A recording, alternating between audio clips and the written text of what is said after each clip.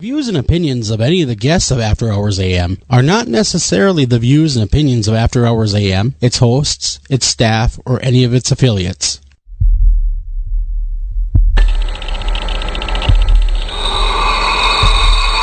Welcome to the After Hours program.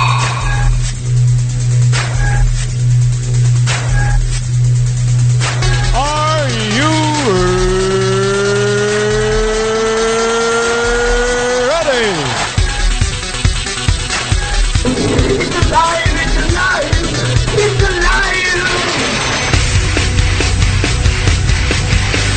Now broadcasting live from the After Hours AM studio, Joel Sturgis and Eric Olson. And welcome to After Hours AM, everybody. I'm your host, Joel Sturgis. Right along with me, as always, Eric Olson. Eric, we are now going to be adding Mr. Cocky Two-Tone into the mix here. So I will feverishly be working here, but right now with us is we have the one and the only King Leonidas, world's heavyweight champion for WGW. How you doing, King?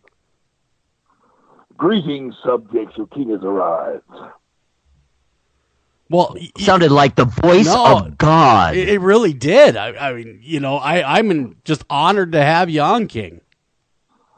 The king is loyal to his subjects, and his subjects are loyal to his kingship. I'm here to spread the word of great battles commencing on February 2nd. Hi, you reached Tom. Oh. Leave your name and number, and I'll get back to you. Have a nice day. Sorry, King, I did not mean to interrupt you with Tommy At the tone, Two-Tones. please record your message. When you've finished recording, you may hang up. Treachery. Yeah, exactly, right? Right? You know what?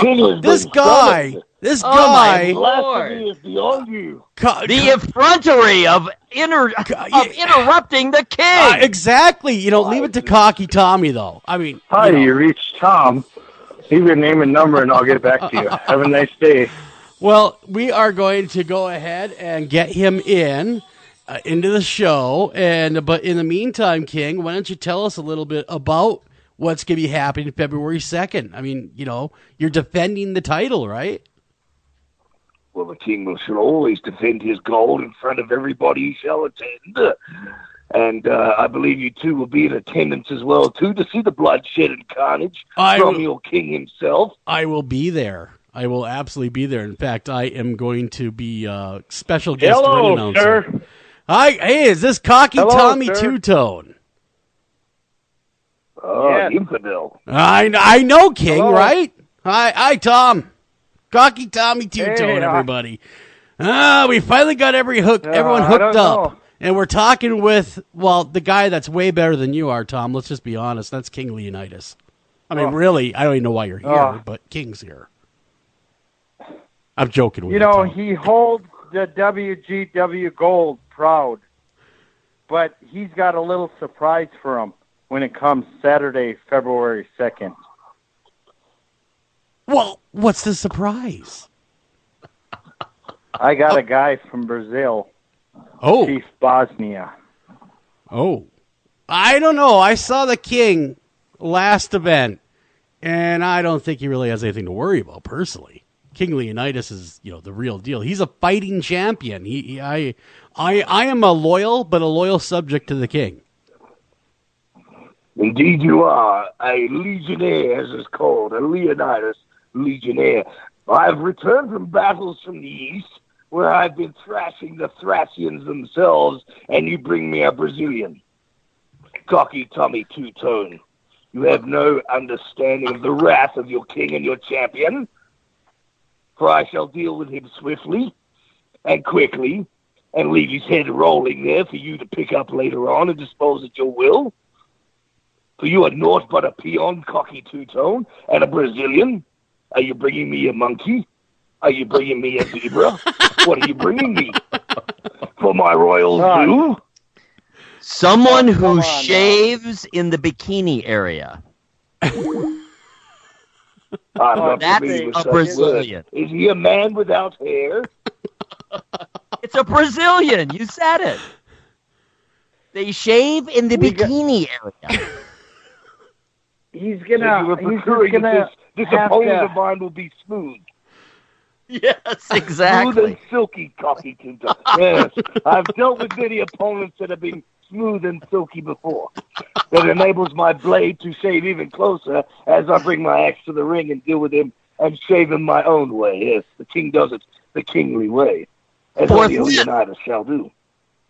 Henceforth and Indeed. forthwith. Indeed, Oh, wait dear a my minute. loyal subject. Wait a minute there, Mr. Leonidas. Well, that is king to you. There's Leon. going to be a stipulation. I'm going to be out there with Chief Bosnia. Whoa! You're gonna be out there, Chief Bosnia? Wow, King, do you need some backup? Yours truly would be happy to do that for you.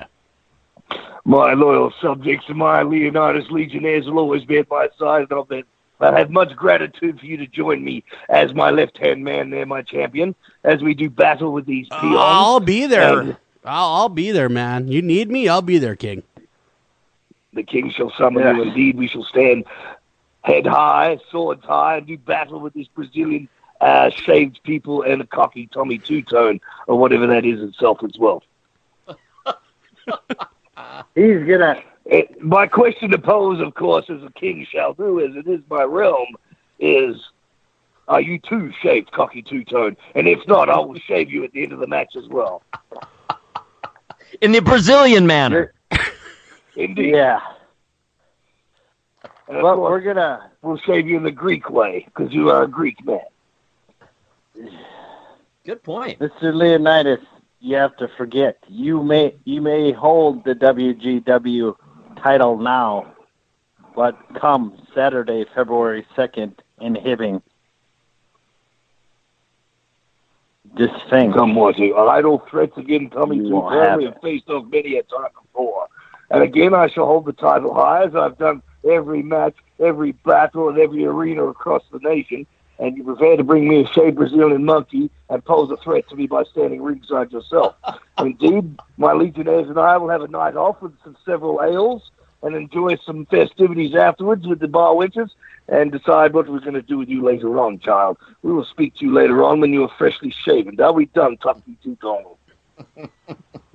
Yeah, we're going to talk about the event, and we'll deal with you on Saturday, February 2nd. Well, let's talk about the event a little bit. I mean, it's huge. It's going down in Hibbing. I mean, this is truly a marvel of modern day sports. It really is, and that is, of course, on the 2nd of February. And tell us a little bit about that, Cocky Tommy Two-Tone. Well, we're going to have 7 great matches, and bell time's going to be at 6:30 with doors opening at 5:30. There's going to be raffles, prizes for the kids, food, and we're going to have 3 title bouts, best of the Midwest talent around, and we're going to have anti-bullying table for the kids. Plus, we're going to have star from Travel Channel and the Animal Planet, Abe Del Rio from Finding Bigfoot. We're having Mr. Incredible for the kids, signing autographs. Very cool. But the matches are... Oh, I didn't mean to Gonna cut be you off, sir, but phenomenal. we're also having Mike Yeah, Hexum. yeah. I know. Let me take control of my own show. No, I'm kidding, of course. No, but in all seriousness, we're also having Mike Hexum. That's part of the Finding Bigfoot crew. And so he was just added just a little bit ago. So you got Abe Del Rio. Yes, You're going to get Mike I Hexum. got That's in gonna be- Yep. He got in contact with me. He did get in contact with me. But then we're going to have, they're going to see, let me tell you about the talent. We got a 7-foot-high giant gravedigger, what's coming. Wow, man. That guy's huge. I don't know. 7 feet. Can you imagine that, Eric? 7 feet tall? 7 feet is very, very tall. I once met Kareem Abdul-Jabbar in person. I believe he is 7'3" or thereabouts. And it was as if his head were in the clouds. It was so far up. So 7 feet is very, very tall and intimidating.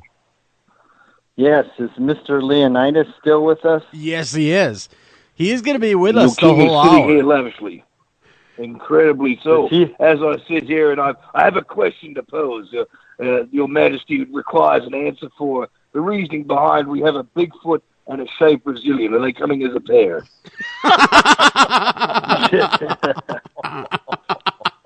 Yeah. Maybe one leg each. Oh, It's a God. query I must pose to my minions, indeed.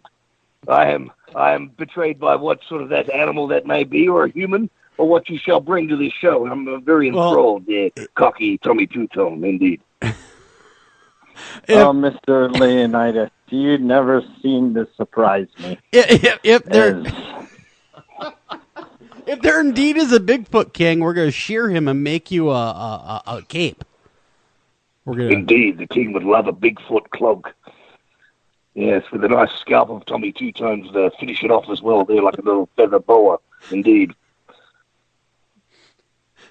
Now, are you the Proceed, same Cocky king Two-Tone. who was in 300? Is that you? You're that same No, guy? he's the real king.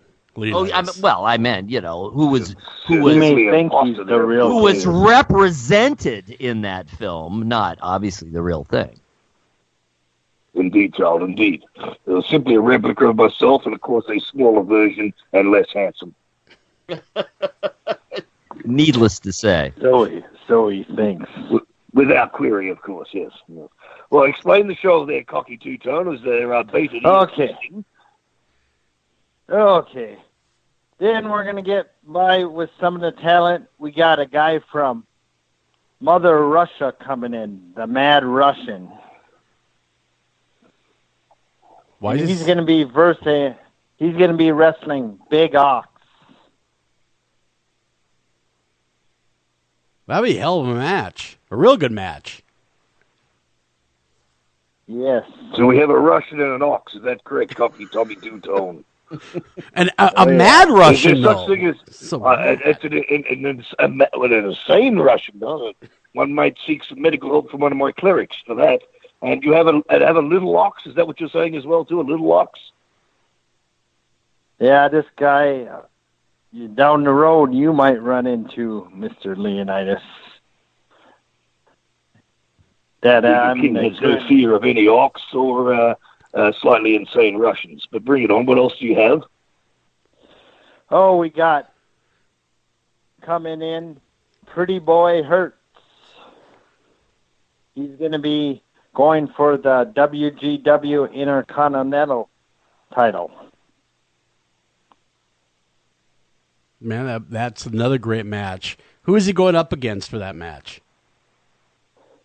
He will be going against the 7-foot giant. There we go. There we go. That's going to be a wild affair indeed, that match. All of them, in fact. You can't go wrong with coming to Hibbing February 2nd. It's going to be one of the best shows you've ever seen. It's quite the spectacle of both athleticism, and it's also family friendly. Going all for a good cause, of course, anti-bullying, and also helping out the range mental health services with stuff going on so you cannot go wrong. There's going to be lots of food, lots of fun, lots of giveaways, raffles, toys, kids of all ages are welcome aboard, and come and make sure you get those tickets early at Mike's Sheet Metal. That's the best way to get your tickets, but they also are available at the door if you can't get there. Yes. And if I could say that, you can get them at Mike's Heating and Sheet Metal in Hibbing at 2318 First Avenue in Hibbing. In advanced adults are $10, 12 at the door. Advanced kids 6 to 12 are 6, 8 at the door. Ringside 15 in advance, 20 at the door. And we got a special going on. This for advance tickets, a family 4-pack includes 2 adults, 2 kids, $30. Very, very cool. I got to ask you, Cocky Two-Tone, why don't you like the king? He's royalty, man.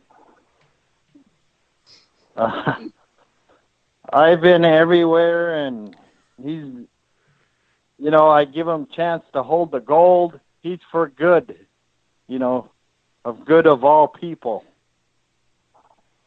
What do you think, King? What do you think about Cocky Tommy? Lisa likes the window seat at night. The lights below that tell her she's nearly home. Then there's the lights she can't see. The runway lights we power to bring her planes safely into land. And because at Energia we also power all of Ireland's streetlights, Lisa's taxi home is that bit safer too. And no prizes for guessing who powers her house. Welcome home, Lisa. Energia, the power behind your power.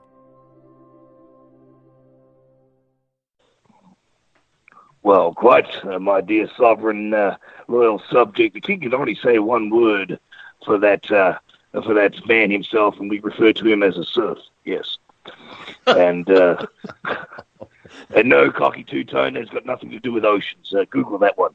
And the king is also is quite impressed with what he's done here, and for this great performance show at this arena here at Hibbing. A small town to the north here. I've done battle many a time, and this again would bring many people. There is a lot for all ages, and Tommy Two-Tone, being a crafty character as he is, however, has done a great deed in promoting a great show and bringing a lot of entertainment available for many ages.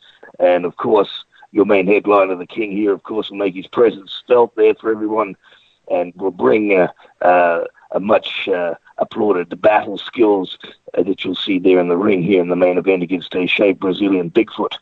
And and Cocky Two-Tone, of course, if you step in the ring and make a mistake as the Bigfoot shaved as he is, well then have be no force to do the exact same to you too, as we've done last time there. And of course, you know what happened then, don't you, Cocky Tommy Two-Tone?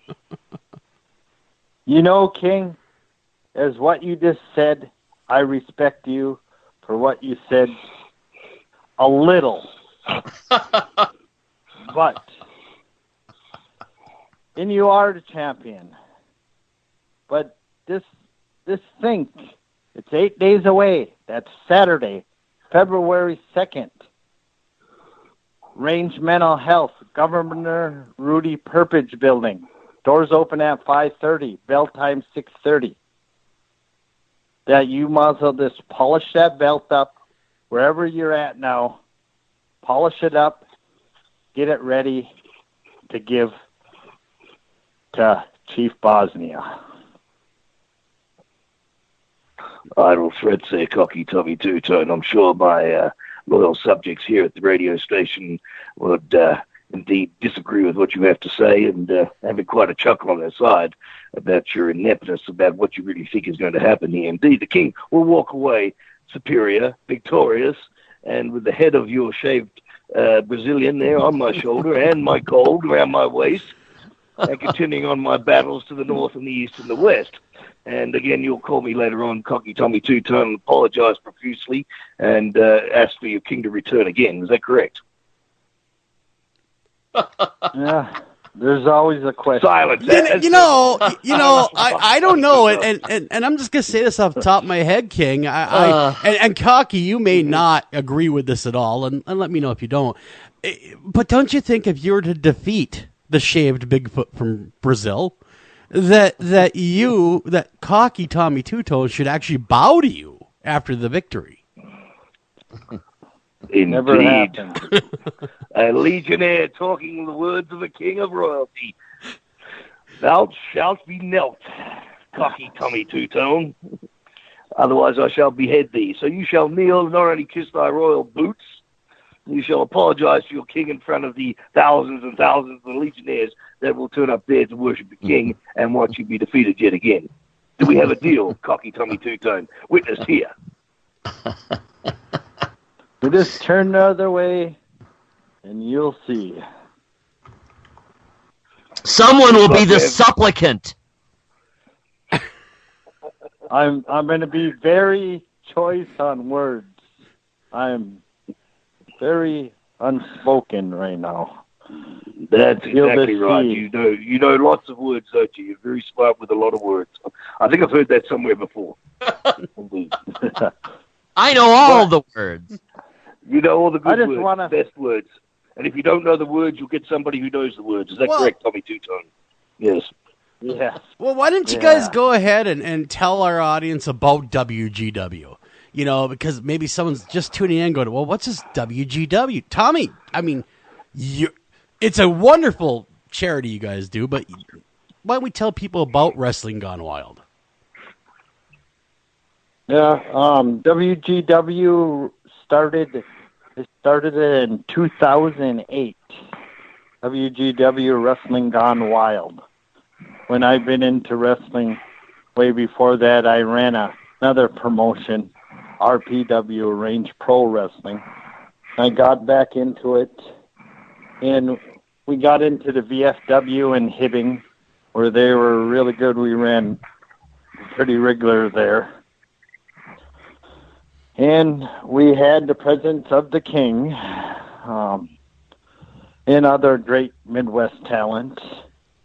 But we do a lot for charities and just the good of the people and the wrestling fans to enjoy good old wrestling, good talent. And like for the lineup, Tommy Two-Tone, you forgot the major thing that you support here, of course, is anti-bullying, which is the main cause of WGW, and the King's purpose itself, of course, is the anti-bullying cause that we have there. And we're definitely against the anti-bullying, which is exactly what you attempt to do to me, Cocky Tommy Two-Tone. So for all you out there who do turn up at this event here, we'll see what happens to a bully and a shaved Bigfoot as well, too, on the one step. So always remember, anti-bullying is no-go. Correct, Tommy Two-Tone? Continue. Yes, that's good. But I'm going to get to the list of who we have. I'm just going to go down the list who we have coming in for February 2nd in Hibbing. We got Gravedigger. We got Pretty Boy Greg Hertz. We got the Mad Russian. We got Big Ox. We got Spicy. We got Dirty Ernie, AWA legend. We got Robert Evans, Zach Neal, Schoolboy, Leonard Literacy, and we got King Leonidas and many more. It's going to be a fun night of raffles, prizes, and it's bell time 6:30 at the Range Mental Health Governor Rudy Perpridge Building in Hibbing, Minnesota, and the address is 3203 3rd Avenue West, Hibbing, Minnesota, and doors open at 5:30. And you can get your tickets at Mike's Heating and Sheet Metal at 2318 First Avenue. So you can get these ticket specials. Very, very cool. Very, very cool. Again, February 2nd, Governor Rudy Perpridge Building, Hibbing, Minnesota. It's going to be going down. Get your tickets in advance at Mike's Heating and Sheet Metal. There in Hibbing, of course. And I'll be there. I'll be a guest ring announcer at times. I'll also be doing some interviewing of the wrestlers. And definitely want to get an interview when the King wins. Definitely you got to get a minute with the King. There's a little baffling going on here. Is my phone cutting out or something? Something about the King winning? There's a little baffling. See, I just want to get my point. I know the King's listening, and this ain't all about you, King. It's about the show, too. But now I'm getting cocky. I'm kind of getting talkative. It's in the evening. I'm trying to relax, and I'm gracing you with my presence of being on your radio show. Oh, yeah, that is true. That is true. You know what? Hey, I'm cutting you off now. Okay? Now I'm getting kind of cocky now. But you know what? I'm going to be very unique on this show and very quiet. Wait until Saturday, February 2nd, Range Mental Health, Governor Rudy Perpridge Building. Doors open at 5:30, bell time 6:30. Raffles, concessions, prizes for kids, stars, pro wrestling stars, family event. Get your tickets at Mike's Heating and Sheet Metal in Hibbing. But you know what? It's going to come down to that you're going to see history. You're going to see this guy who's up, King Leonidas, bowing down to moi. No! Loses that title. After he loses that title, okay? The Greek will speak French. I have a question. This is Eric. Hi, man. What a pleasure to hear you, and what a great thing that you do. I really love the fact that you... this is a guy who knows what he's talking about. I like you, sir. I am perspicacious beyond conception. There is no doubt about it. Explain to the listeners, though, because I'm very, very interested in how do you present the anti-bullying message? What is the actual implementation of that? Because I think it's such a great idea, because in a way it's kind of counterintuitive. Oh, these big guys are out there throwing each other around and wrestling, but all in the cause of anti-bullying. So how does that fit into the overall picture? How do you work that in? Okay, sir. Well, the king will step in here and explain this exactly. Cocky two-tone, you will take a chair when your king is speaking here, Eric. Okay. Loyal subject, I will answer a question here, of course. The implementation of anti-bullying here is placed very simply for all out there that only men and men of our caliber and qualities should be in the ring doing the things that we do. And that's the place where it should be done, and no other place than that itself. Loyal subjects. So the king will promote that as such. The anti-bullying message is presented as such as you can come and watch what you think you can do at home here in a professional atmosphere with the greatest on the planet, and yet keep it at home safe and secure and be kind and friendly to each other as the king will lay his laws down. Very good. Well said. Makes perfect sense. Love that. I really applaud you guys. I admire it very much. And you're a lot of fun and entertaining. I'm sure it's going to be a great show. I got a little special guest here. I got the First Lady of WGW, my better half, I should say, what we do with the anti-bullying, how we have contracts and that stuff. She's here now, Mrs. Lynette. Here she is. Hello. Hello, Lynette. Welcome to After Hours AM. Thank you. Actually, this is Nettie, better known as the First Lady, just so you know. But yeah, I would like to talk to you about our anti-bullying campaign. Sure, please do. Okay, we want to encourage the kids to come out and take a pledge and stand with everybody, including our wrestlers, that wrestling or that bullying is, just such a problem we have, and we want them to come take a stand about, how to stand up to bullying at your school and in your life. And so they take a pledge, they sign it, and we'll have, somebody read it. Mr. Incredible is going to be there to help us out with that, and they'll be able to say in front of everyone their pledge. And then I also have some information for parents at the table as to how to recognize if your child is being bullied. So, that's my pledge. I wanted to say that. So, thank you. No, thank you for telling everyone how it works. And we'd also like to get the word out with you. Is bullying's horrible. It's an epidemic in this country. And more we can get the word out and a positive message to not be a bully, the better. And I'm that's another real reason why I got involved with Tommy and everything else, is because giving back is what matters. We have millions of listeners to this show, and if you can get that message out, all the better. We definitely want to get the word out. We care about our community so much, and we worry about our kids in our community, wondering what kind of resources they have and things that they can actually do that's positive and fun. Sure. There sometimes isn't that much for kids to do and entertain themselves, so we want to give them something positive to do. Yeah. Well said. Very well said. Thanks a ton. And Eric and I both echo that same sentiment. Okay, thank you, guys. Yep, thank you. We're going to run a break and come back. We're going to talk more with King. We're going to talk with Cocky, and then Abe Del Rio will join us really quickly just to talk about his involvement, and then we're going to kind of maybe shift gears a little bit as well and talk about the business of wrestling. Don't go anywhere. We'll be right back right after this.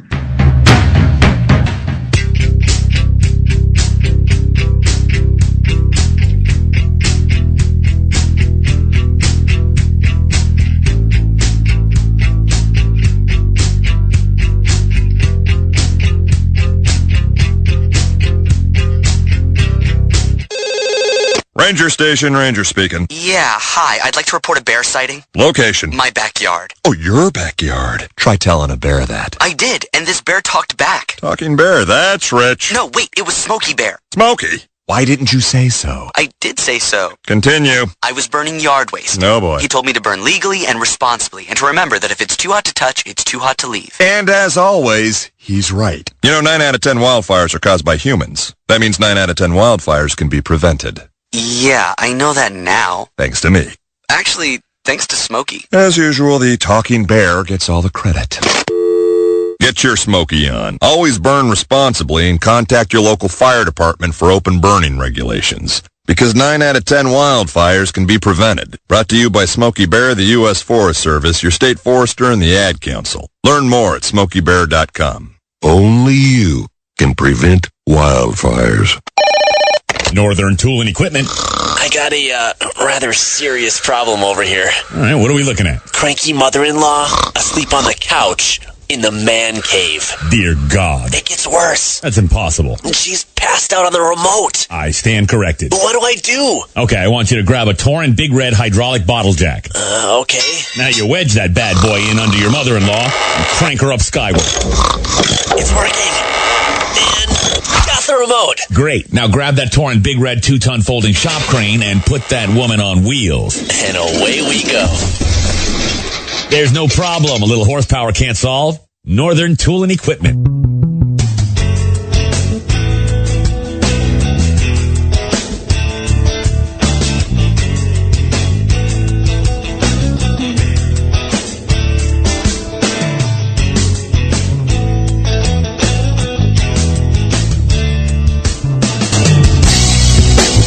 Oh, yeah! Welcome back to this edition of After Hours AM. I'm your host, Jolster. Just right along with me, Eric Olson. And tonight our guests are, of course, King Leonidas himself. And then we also have Cocky Tommy Two-Tone on the horn. And, of course, my good personal friend for years, Mr. Abe Del Rio of the Minnesota Bigfoot Research Team. Oh, Abe Del Rio. Chasing Bigfoot. Oh. See, you're going to see more than that come February 2nd, Tommy. You're going to be all hail Abe Del Rio of the MNBRT. You guys will be bowing to Cocky Tommy Two-Tone.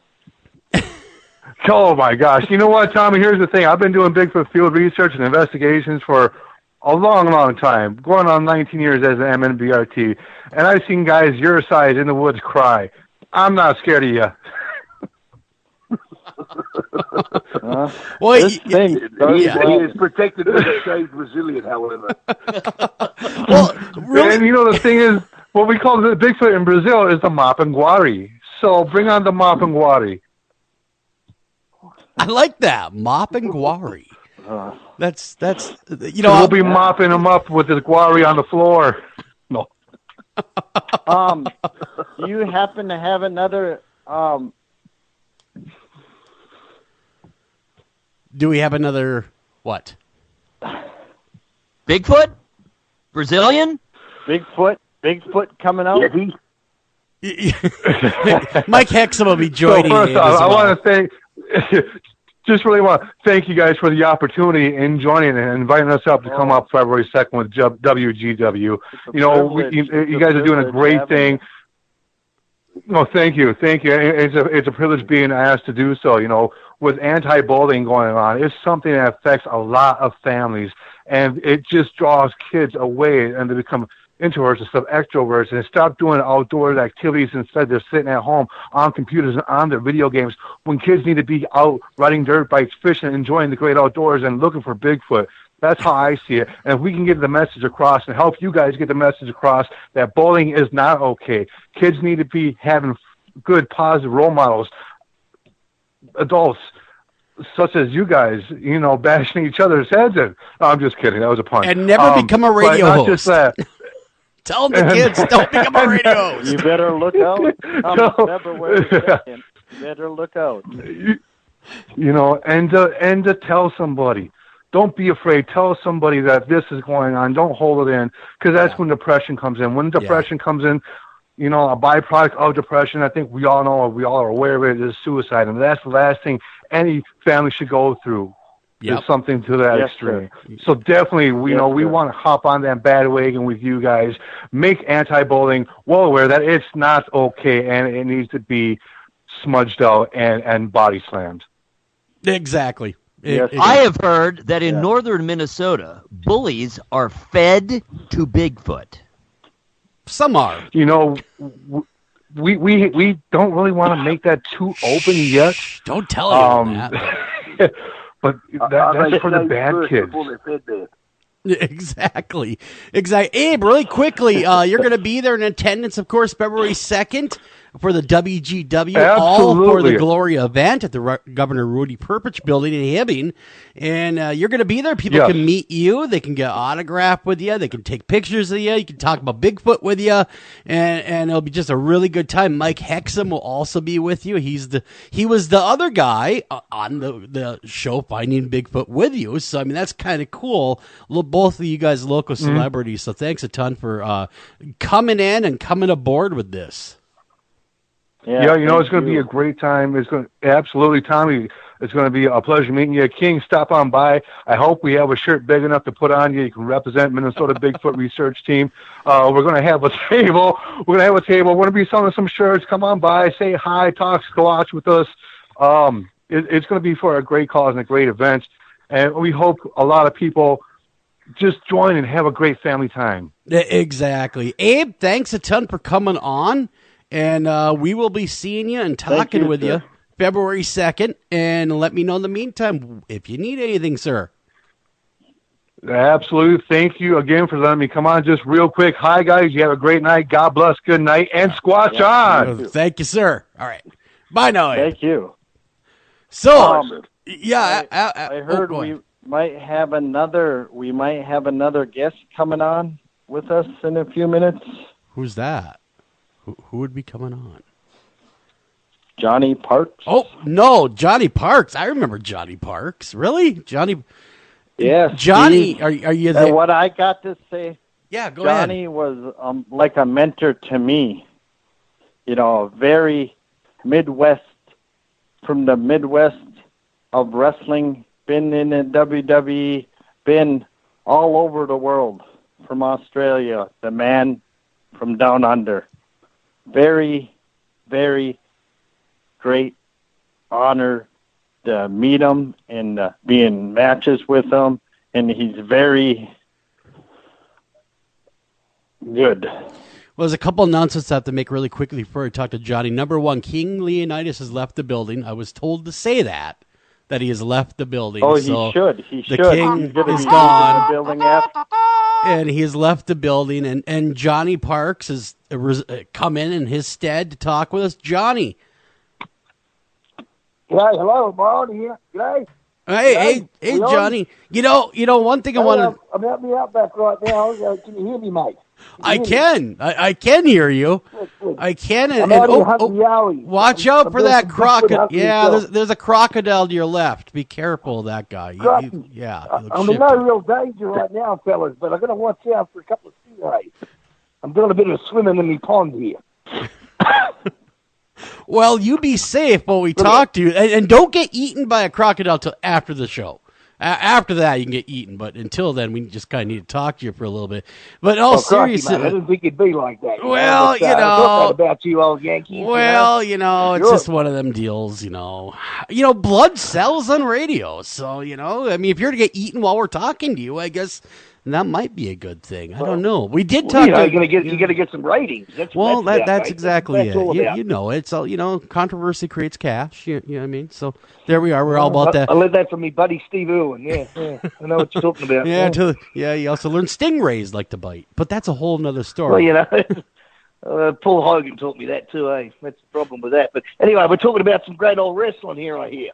So. Thanks for having us on the show here. I think you had a guy I've seen a couple of times around, a big old giant by the name of King Leonidas was on earlier, I heard, eh? Yes, he was. We had the King on, and he will be defending his title again February 2nd. at the Governor Rudy Purpich building. So you got to come to that one. WGW gone on. Yes, I think I might it have to turn up myself there for that. Once I get out here from a couple of kangaroos, I'll hitch a ride here, and I'll jump on my jigger and flee over there and come and see what the hell's going on, eh? So let me tell you something though here. WCW is a great little organisation there. King, of course, being the undefeated champion, I've heard for quite some time. And I tell you what, Cocky Two-Tone, I think you got a little bit of a handful here. And I've heard somewhere down the line here that you've got some sort of Brazilian wax job to help you in the aid of getting your title back. Is that what the story is, mate? I'm a little confused. Yes. What do you? Can you explain to the people here that are listening, eh? You know what I mean? Yeah. Well, I got a guy from Brazil brought in, and he's going to take on the King, and he will be defeated. But that'll be that story come February 2nd in Hibbing. Right on. It's February 2nd. It's a pleasure hearing from you. So, right, much obliged there, Mr. Two-Tony. I'm glad to be back and coming back here to Minnesota. I heard it's pretty cold over there right now. Is that correct? Yeah, it's a little cold. chilly. Lisa likes the window seat at night. The lights below that tell her she's nearly home. Then there's the lights she can't see. The runway lights we power to bring her planes safely into land. And because at Energia we also power all of Ireland's streetlights, Lisa's taxi home is that bit safer too. And no prizes for guessing who powers her house. Welcome home, Lisa. Energia, the power behind your power. Lisa likes the window seat at night. The lights below that tell her she's nearly home. Then there's the lights she can't see. The runway lights we power to bring her planes safely into land. And because at Energia we also power all of Ireland's streetlights, Lisa's taxi home is that bit safer too. And no prizes for guessing who powers her house. Welcome home, Lisa. Energia, the power behind your power. Well, I'm sitting back here, and it's like 32 degrees Celsius, so I don't know how to do the math for that for you, mate, but that's probably about 85 degrees, your temperature over there. And the sun here, I'm with a couple of crocs and a few kangas and a wallaby or two in the backyard here, and I've got that little guy does the commercials for Gecko running around here too, Geico guy, but almost went under my boot right there. Johnny, but anyway. It is so cold, you're going to freeze the koalas off. All right? That's how cold it is here. That's right. The drop bears are going to fall out of the gum trees. That's what's going to happen here. Keep the dingoes away from the babies. That's right, because I ate my last one. I'm probably not going to get myself a new one, eh? That's what I mean, mate. But one thing about them dingoes, they like the Asian ones because they're smaller and spicier. But I tell you what, well, we're coming around here soon. I'll be up there in the Midwest here where it's 100 degrees below here. But tell you what, it's going to be an exciting night, and I'm looking forward to it there. I'm looking forward to the King whooping up on your Brazilian wax job. I'm looking at a couple other matches there to kind of excite me. My buddy here is a fellow Bigfoot hunter here who's come down to the land of Oz here, been looking for the Aussie Yowie, which is just like a Bigfoot in itself too, which apparently had a sighting just last week. And no, it wasn't me running around naked in the bush at all. But what we did discover is it's going to be a great show there with a lot of people. I'm excited to be there. You guys are going to be there. I heard down the line too. They're telling me before I got on the phone here. And, this anti-bullying, this whole program of wrestling, I'm very excited. I know you guys are excited. In fact, I might even bring a boomerang. I might even bring a koala with me. But what this is an extension of the great days back in the old days, of course, when I came back here in the early 80s and 90s when I was wrestling with companies like AWA and doing a run with some other big companies you gentlemen may have heard of, the WWF or the WWEPD or whatever it's called now.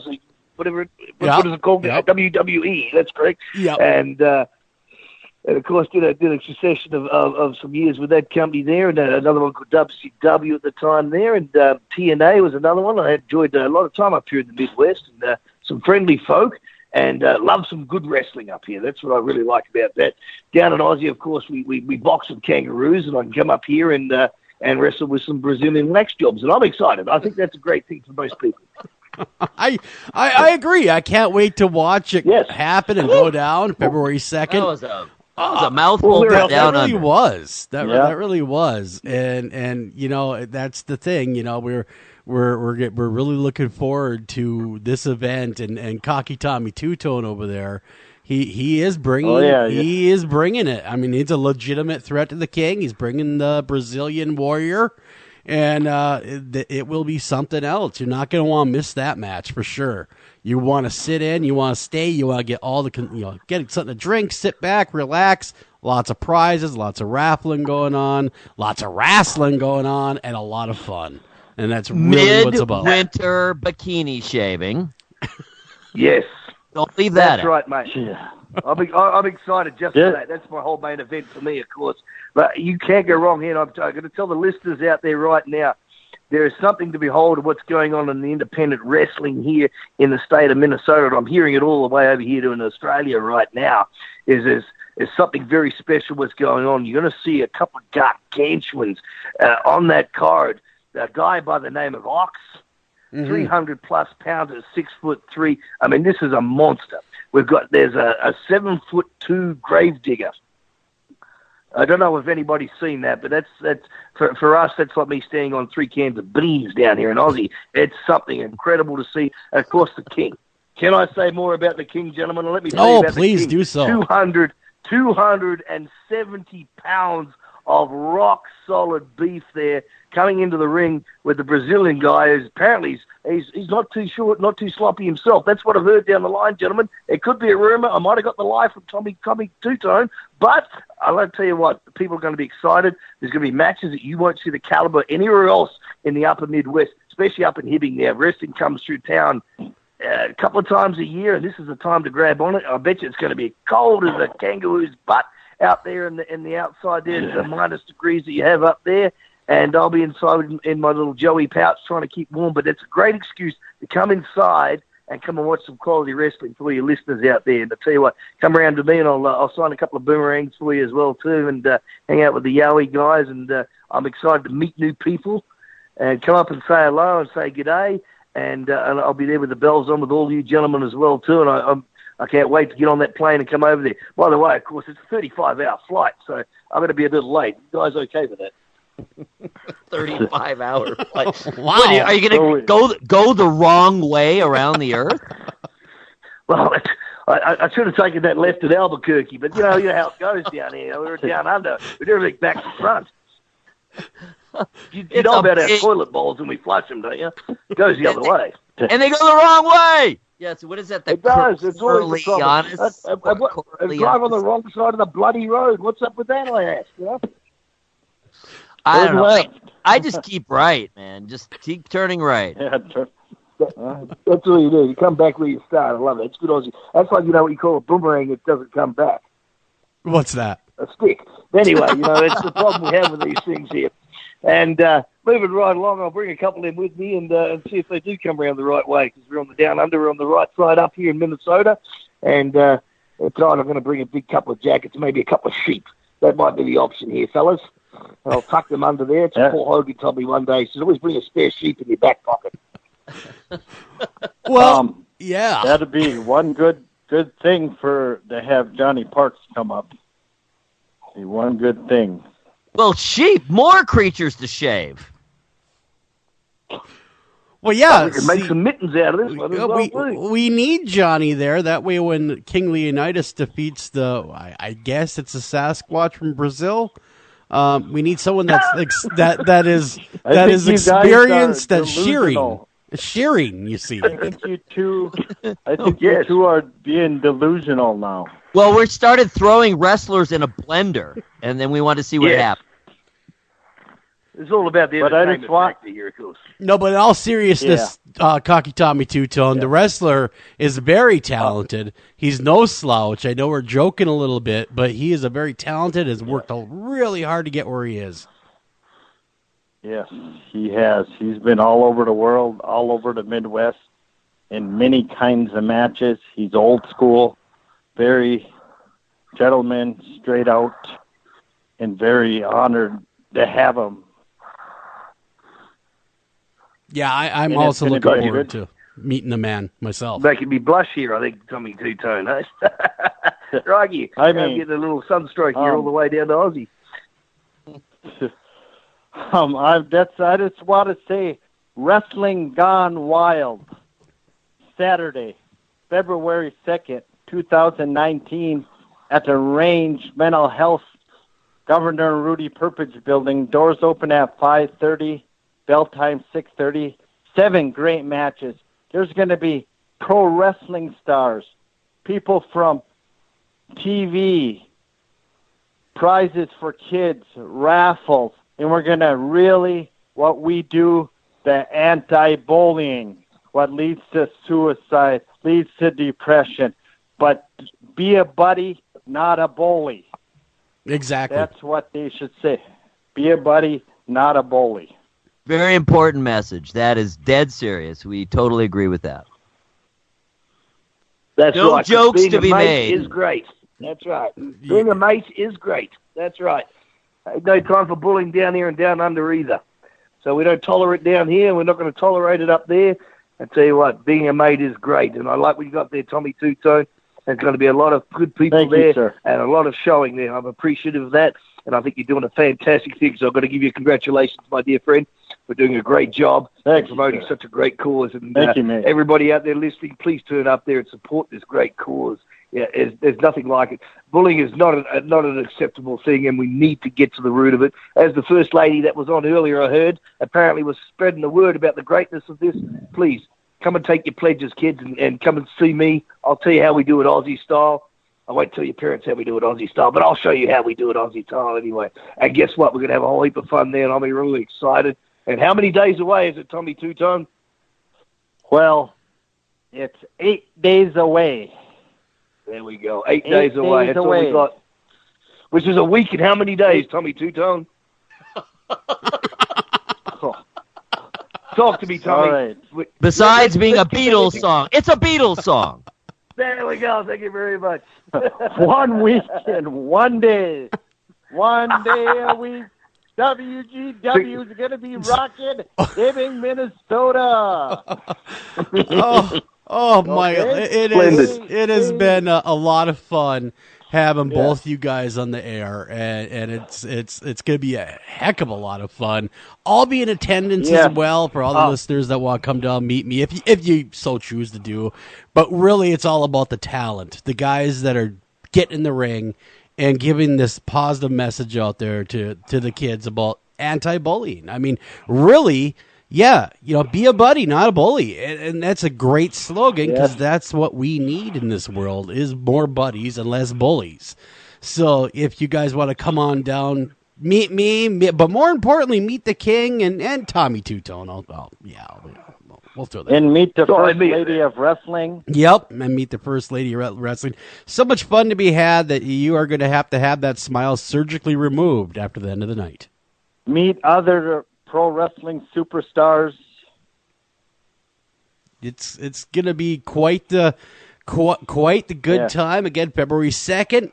That'll be at Governor Rudy Perpich Building in Hibbing, Minnesota, for arrangement. And at that, the address is 3203 3rd Avenue West. It's in the gym there in Hibbing. You can get your tickets at Mike's Heating and Sheet Metal in Hibbing on 1st Avenue. And we got special ticket prices just come in. Very, very cool. Isn't Hibbing the home of Bob Dylan? It is. It is one and the same. Yes, Bob Dylan, like a Rolling Stone. Hey, you got to hold your nose for that, mate. Like a rolling stone. Blown in the wind. Blown in the wind. He also sang nasally on the tracks.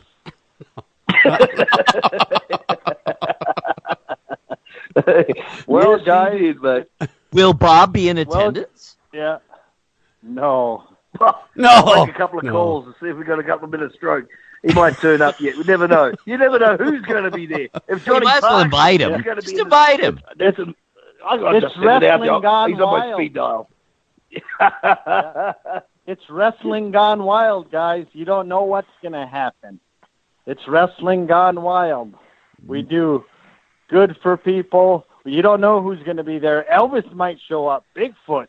You never know. You just don't know. All I know for sure is I'll be there, and you'll be there. You're going to see it for a good cause, Yeah. good matches, live pro wrestling, things for kids, great family entertainment, and it was a privilege that you guys brought Johnny Parks, the man down under, on. And the King is another thing. I know he's my champion, but I'm glad he's off the air now. But I don't really respect him. Okay. Crikey. That was a low blow. That was a challenge heard all the way in Greece. That could well be. I think the King might meet that challenge there, lads. And there could be a bit of strife later on for old Two-Tone there if he doesn't zip the lip. That's what I'd be saying. Uh-huh. Crikey. I don't know. They might beat you up so bad, Tommy, they might have to turn your name into Tommy Two Tears. No. No, they don't get this guy. They have to wake up pretty early to catch me. And Bob Dylan. And Bob Dylan. Blowing in the wind. I don't know how Bob Dylan got thrown into the ring, but there he is. He was born there. Evidently, he's the new guest ring announcer, but you know. Evidently. Thanks, Bob. Allegedly. Now, coming to the ring. In the west corner, we have... Over there. Over there. Hailing from... No. But again, that's February 2nd. Be a great time. And both you guys, I want to thank you both for coming on the air. It's been a real honor to talk to both of you. And Johnny Parks, good talking to you. I used to watch you all the time, so it was truly an honor talking with you.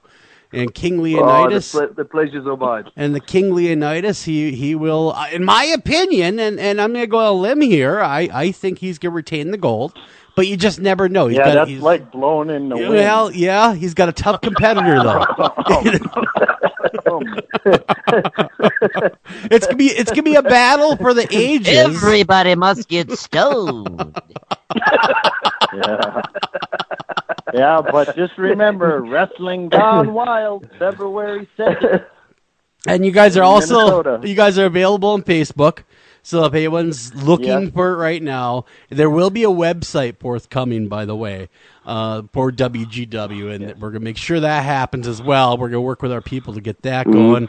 And then, of course, you're going to have there's a Facebook page for WGW, and if you want any more information, you can always go to the After Hours AM page that we have on Facebook.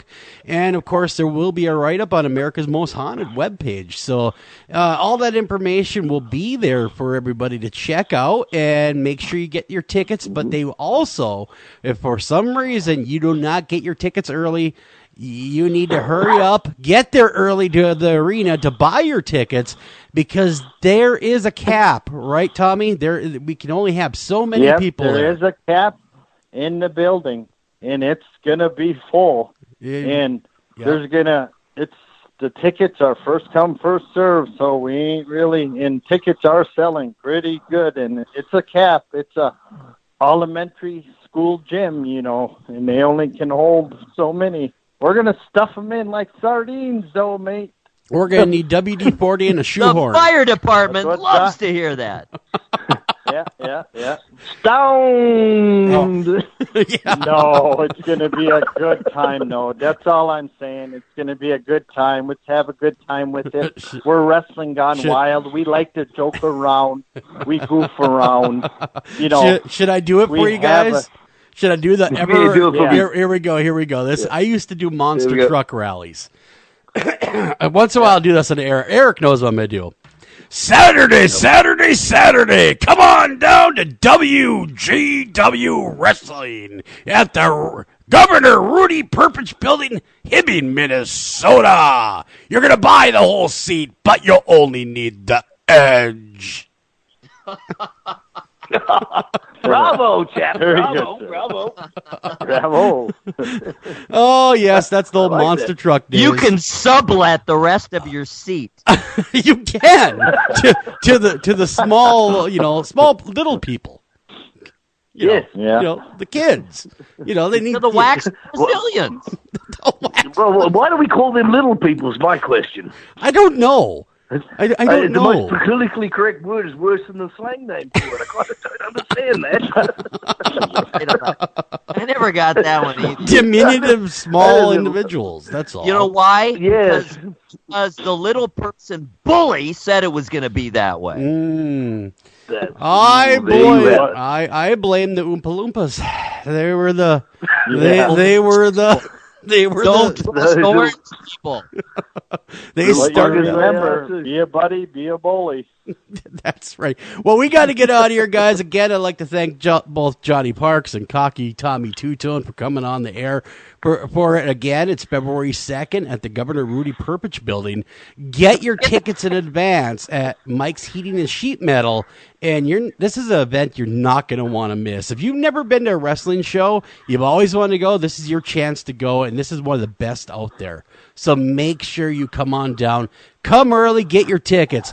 We got to get out of here, guys, but we'll see you after the break. We're going to be talking a little bit about books and a guy that wrote books with his deceased father.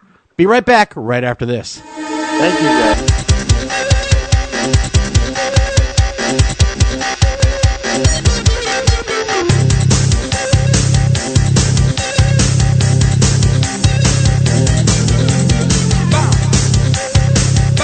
Hi, Tom Bodette. If you can hear me, then you have an internet connection, which means you can do cool things online, like listen to streaming radio, obviously, or watch a video of a monkey washing a cat. Let your freak flag fly. Or you can book a room at a great price at Motel6.com. Isn't the internet wonderful? Everything you want right at your fingertips, and whoa, did not need to see that. I'm Tom Bodette for Motel 6, and we'll leave the light on for you. Unexpected reactions to smart financial decisions brought to you by feedthepig.org. Well, I finally did it. My student loan is totally paid off. I can't believe it. I can't believe it either. I paid more than the minimum each month, and soon enough, it was gone. So you're just giving up? Giving up on what? The life of luxury. Egyptian cotton, caviar Thursdays, designer everything. What are you talking about? Our plan. What happened to winning the lottery and mastering the art of the perfect mimosa? Hosting galas, wearing enough jewelry to require a bodyguard, vacationing in the French Riviera, and then buying it. I just thought maybe it was time to prepare for my future. Set some financial goals, make some smart investments, open a 401k. Financial goals? Investments? A 401k? You are horrifying right now. Listen, if winning the lottery were easy, everyone would do it. When it comes to financial stability, don't get left behind. Get tools and tips for saving at feedthepig.org. This message brought to you by the American Institute of CPAs and the Ad Council. Northern Tool and Equipment. So me and the boys head out to tailgate today and find some other fans in our spot. Well, it happens. Cheering for the wrong team. Oh, this is war. Even worse, they've got this couch set up and everything. A couch? Yeah, it's sectional. All right, first thing, don't ever use the word sectional again. Done. Second, I want you to grab a 4,700-pound tow chain with J-hook and grab hammer. Throw that on the back of your truck. Got it. Now you're going to Hail Mary the J-hook over the end of that couch. Time to find a better spot for your new friends. That should do it. There's no problem a little horsepower can't solve. Northern Tool and Equipment. Taking a family of 5 to the amusement park can cost a small fortune. Oh, yeah. So to save some money, we thought, hey, let's bring the amusement park to us. Yeah. Go ahead. All right. Step right up, young man. Are you ready to ride the Wacky Waterfall? That's just the bathtub with the shower head running. Nope, it's the Wacky Waterfall. It's the shower, Dad. Waterfall. Wacky. There's an easier way to save. To get a free rate quote, go to geico.com. Then buy online, over the phone, or at your local Geico office. Green light. Hey, girl. School zone. I'm getting hungry. Car changing lanes. You want to meet me for pizza? Stop sign.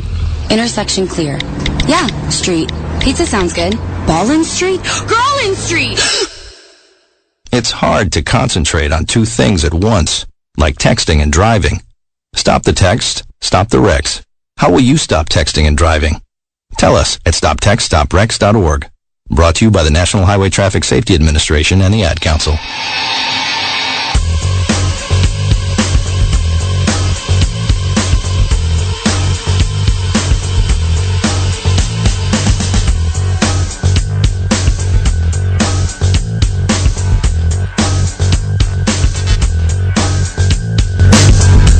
Welcome back to After Hours AM, everybody. I'm your host, Joel Sturgis. Right along with me, Eric Olson. And first hour is quite raucous, wasn't it, Eric? Oh, it was lively. That is for sure. And I think anyone who listened to even 5 minutes of that show knows exactly where that wrestling event is going to be. Yes, Governor Rudy Perpich building. It is unambiguous, and Bob Dylan will be there, too. Evidently. I did not know that. I did not know old Bob was coming, but evidently he is. But we're shifting gears now. We have our second hour guest, which is just a fascinating guy anyway, but I'm going to step aside and let you do what you do best, man. Those intros. Paranormally speaking, this is our real guest. All right. Yes, indeed. We have a fascinating guest with a really astonishing story to tell. His book is called Walking Through Walls. Walking Through Walls is Philip Smith's astonishing memoir of growing up in a household where seances, talking spirits, and exorcisms were daily occurrences, and psychic healings resulted in visitors suddenly discarding their crutches and wheelchairs and dancing a jig, or suddenly being cured of diseases. After a full day of creating beautiful interiors for the rich and famous, Lou Smith would come home, take off his tie, and get on down to the work of a psychic healer who miraculously cured perhaps thousands of people. For his son Philip, watching his father transform himself at a moment's notice from a gracious society decorator into a healer with supernatural powers was a bit like living with both Clark Kent and Superman. Regarding Lou's design work, Philip proudly writes, "When my father designed an interior, he often created everything from the furniture to the art. His furniture designs range from freeform modernism in a variety of innovative materials, including expanded mesh to period-inspired classics. Whether he was designing the Haitian presidential palace, good God, man, or a Palm Beach villa, Lou Smith's interiors were always considered ahead of their time. While there are benefits to having a miracle man in the house, Philip soon discovered the downside of living with a father who psychically knows everything his son is doing, surrounded by invisible spirits who tended to behave like nagging relatives. As a teenager, Philip looked for ways to escape his mystical home through sex, surfing, and Scientology. The 3 S's, my friends. Philip Smith is the former managing editor of GQ and an artist whose works are in the permanent collections of the Whitney, the Dallas Museum of Art, and the Detroit Institute of Arts, among many others. He lives in Miami. What an impressive, interesting, varied life and career. Welcome to the program, Philip Smith. I'm delighted to be here. Thanks for having me. No, thank you, Phil, for coming on. Phil, it is quite the story and the tale, and there's so much to get into. I realized, kind of looking at everything that you're doing and how you grew up, and I don't know if an hour can hold you. So I'd like you to start by kind of telling us your early life, what it was like living in that household of your dad. Your origin story. Exactly. Okay. Yeah, my father was always... he was a quirky guy, obviously, an interesting guy, and he was always interested in Eastern religions and different things that, pyramidology, all these things that are now common. But you have to go back in time. This is the early 50s. There was no Barnes & Noble bookstore with a metaphysical section. In fact, you couldn't buy books on flying saucers or pyramids or healing. They just didn't exist in this country. So he would have to write to old used bookstores in England and get these ratty old books shipped over. It would take 3-4 months. But he was always curious about these things. And, I thought I wanted to be a normal kid. And I thought, my father's a little bit of an oddball, but, it's apparent. But then in the early 60s, he started really changing his life. He got into macrobiotics. He got into yoga and meditation. And again, this is very common today, but I remember I think I was 7 or 8, And I went to school one day, and we were doing show and tell, and they asked me what my father does. I said, he does yoga, and the teacher in her Tennessee accent said, now what in the hell is yoga? So it was a really strange time, and he was a pioneer. And then he went to this lecture by a guy named Arthur Ford, and I'll do 2 seconds on Arthur. Arthur was a really interesting guy. He was a medium in the 1920s. He would hold seances at Carnegie Hall. He worked for Gloria Swanson and the King of Greece. And Houdini had died, and Houdini's widow had offered a reward for someone who could crack what was called the Houdini Code. Before he died, he said to his wife, look, I don't believe all this stuff in seances and talking spirits. They're all charlatans. But I'm going to devise a code with numbers, words, letters that is meaningless to anybody. But if you decode it properly, it means, I think, Bess, I love you. And so she offered, this is 1920-something, she offered $10,000 as a reward for anybody who could crack this code. And Arthur cracked the code. Now, people have come forward and said Arthur was a fake, et cetera, but supposedly he cracked the code. And later in life, in the early 60s, Arthur moved to Miami, and he would give lectures. And he was giving a lecture one day on reincarnation, and my father went to it. And he walked in, and a woman, it was packed, and a woman sort of waved him over. And he thought, oh, she has a seat for me. And she looked up at my father, and she said, I see your aura, and you're a healer. I have cancer. Can you put your hands on me and heal me? And my father, was, what are you talking about? And he put his hands on her shoulders, and they got really hot. They heated up, and then they cooled down. He took them away. She said, thank you, I'm cured. And then he started looking for a seat, and another woman waved him over, and she said, I have congestive heart failure. The doctors can't do anything for me. I see you're a healer. Please put your hands on my shoulders. So he did this again. Same thing, hands got hot, and she said, oh, I'm cured. And then he finally looked for a seat, and a third woman waved him over. Same thing happened, and that was the beginning of his knowing he was a healer and becoming a healer. That's amazing. That is amazing. He's out in public. He's at a show or at a lecture watching someone else. And these women, well, it sounds like at least one of them actually could see this in him, something he didn't even know about himself. I mean, was he able to confirm that these women were healed? I don't know. I mean, these are stories that he's told me, and also stories. He recorded everything. So a lot of the book is taken from stories that he told or lectured and were recorded on audio tapes. And this basically is right from the tape, so I don't know whether he confirmed it. But when he did healings later on, he would have people write letters as to what happened and the results. So he left behind a fair amount of documentation about his healings. Had he had a religious background prior to becoming what sounds like, he was a seeker, and he was looking for, something, obviously, in various spiritualities. Had he been religious prior to that? That's an interesting question. Not really. When I was writing the book, I found a diary of his from, I think, 1919 or 1921.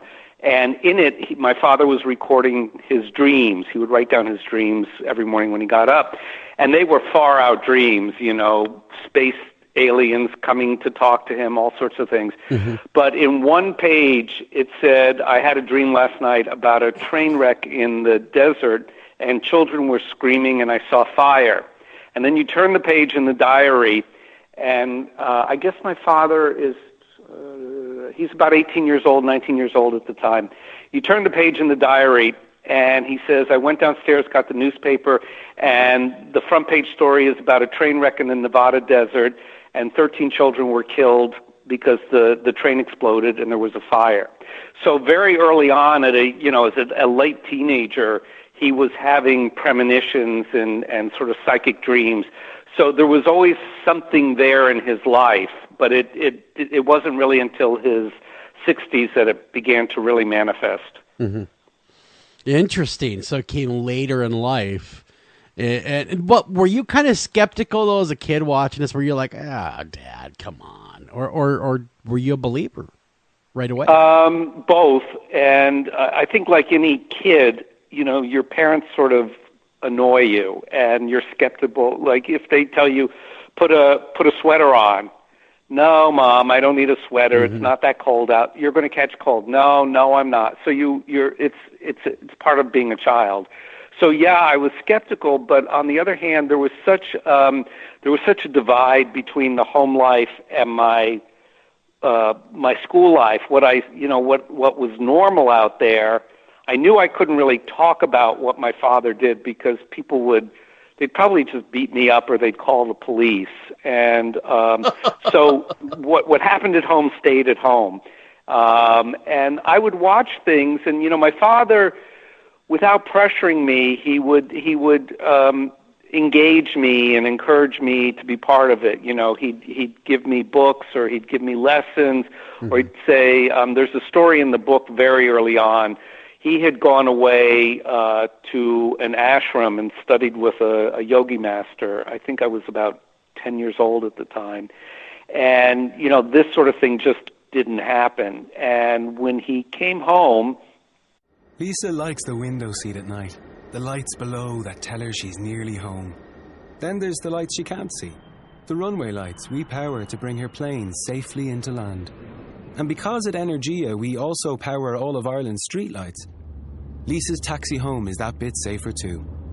And no prizes for guessing who powers her house. Welcome home, Lisa. Energia, the power behind your power. he said, let's go in the backyard. I want to show you something. And he said, pick a cloud. And in Miami, there's huge white, fluffy cumulus clouds. They're beautiful, very puffy and cottony-like. Mm-hmm. And I said, okay, that cloud. He said, well, I'm going to put a hole right in the middle, like a donut hole. Show me where you want that hole. So I pointed, and, he put his hands to his temples, his fingers to his temples, and he started concentrating. And I was getting bored, sort of like nothing was happening. And it took about 5-6 minutes. And, as a kid, 5-6 minutes, you don't have patience. And yeah. I looked up, and very slowly that cloud was yawning and opening, and all of a sudden this gaping hole right where I pointed occurred. And so, you're 10 years old and you see stuff like this, and you have to say, gee, this is kind of cool. But you also know, as I said earlier, sorry? I'd say I would say, especially if you have a need for holy clouds. Yes, exactly. Yeah, right. But you can't go to school and talk about it because it's they would see, if I did talk about it, they would see my father as the devil or a communist mm-hmm. or the Antichrist. He was seen as very, very dangerous back then.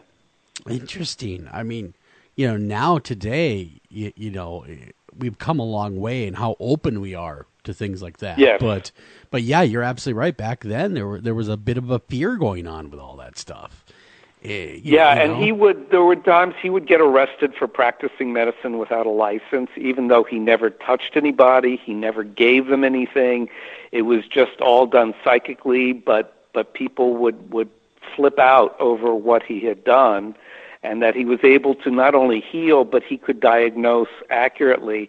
And just to give you a context of the time, there were no MRIs back then, and there were no CAT scans. I mean, if doctors would look on an X-ray, and if they saw a shadow, they'd say, "Oh, well, maybe you have cancer. We'll have to do exploratory surgery," and they would open you up and just poke around to see if they could find a tumor.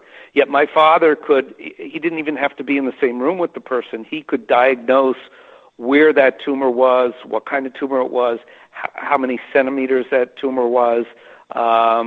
So it was, people just, they thought he was like an alien from Mars and a dangerous guy.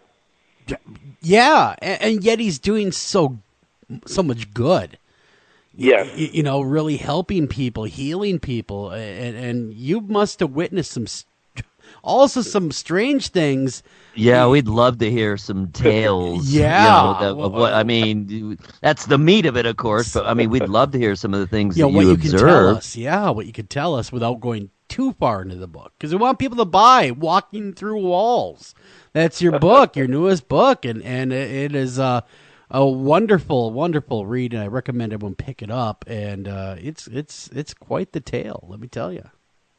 Thank you very much, and I'm very happy I wrote it as a kind of memorial to my father and a kind of celebration, because he did not have. It's easy for me to sit here and talk to you because this is what your show's about, and you guys are very focused on this kind of material. But back then, it was a very difficult time for him. He did not have an easy time, so I wanted to basically, through the book, explain what those times were like and what he accomplished. Yeah. But as a kid, I mean, it's a little bit like, I don't even know, watching the TV show Bewitched or My Favorite Martian, which were the shows of the time, because I'd walk into the house and he'd be talking out loud, and I'd look around and I'd see that the phone receiver was on the hook. My mom was not home. No one was in the room, and he's talking. He's having this conversation with someone, and he was able to have these conversations with these spirit guides, and it was a bit like a correspondence school where they would come and they would teach him how to heal, or if a patient was coming to see him, and by the way, he never charged for healings. He felt it was a gift from God, and he did it all for free. If a patient was coming, then the spirit doctors would come and say what the diagnosis is, what the problem is, and what he should do to fix the problem. So I'm living in the house with a guy sort of talking to himself, but really talking to dead people. Mm-hmm. And the kind of worst part of it was, and you sort of said it in the introduction, is when the guy, Arthur Ford, the Houdini guy, died, my father and he became really, really close. And what Arthur would do is when he wanted to talk to my father, he would blink the lights 3 times, whether we were at home or even in a movie theater or driving on the highway. You'd suddenly see the lights sort of stutter 3 times. And he'd say, "Oh, Arthur's here. Let me take a message for him." And sometimes, actually often, Arthur would tell my father all the kind of bad things I was doing because I was not a really great kid. And I'll let your imagination roam over that, but you can make a big list, and I was doing them all. So, and I got caught every single time. That would have been rough. That would have been hard to yes. have a father that's psychically gifted, and he was kind of like a human GPS tracker, could watch your every move and where you been. Man, it would have been awfully hard to put one over on old Dad.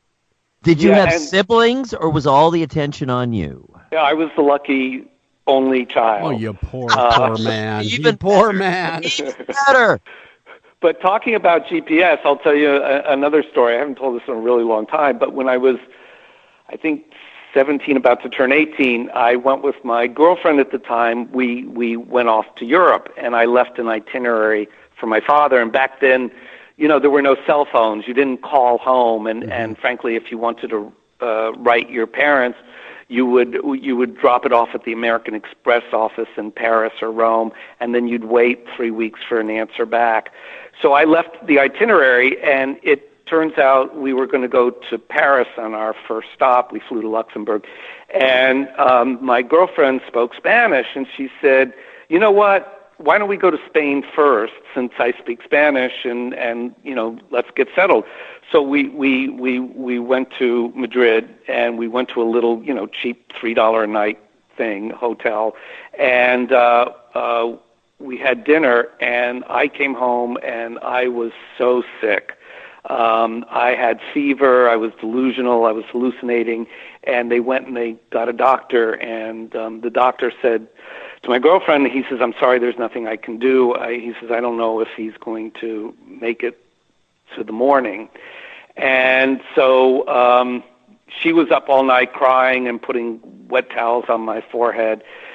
And then about 9 o'clock the next morning, all of a sudden everything lifted. The fever went, the sort of delusional thinking went, and I just got up and I say, "Hey, let's what are we doing here? Let's go out. So we were gone for, I think, the whole summer. And when I got back, I called my father. I had just gotten home. I said, "Hi, Pop. I'm at the airport. I just want to let you know we landed." Mm-hmm. And he said to me, "I'm so sorry about what happened in Spain." I said, what are you talking about? Because we had been to Greece and Paris. We'd been all over the place. I'd totally forgotten about this incident. And he said, I was tracking you every day. He would use a pendulum, and I was tracking you, but I was following your itinerary, and you were supposed to be in Paris, and the spirits came and told me you were sick, and I couldn't find you. So I had to get a map of Europe, and I spent like hours dowsing the map to find out where you were. And when I finally found you, you were in Madrid. And he said, then I could lock into you and start sending you healing. And he said, I'm sorry it took so long to get to you, but I didn't know where you were because you weren't where you were supposed to be. So that's the GPS that my father had. That's amazing. My Lord. That is actually amazing. Comforting on the one hand, but creepy as hell. I was going to say, yeah. Yes. On the other hand, that's wow. I mean, it really. And as a kid, you just leave me alone. Yeah, I want to be me.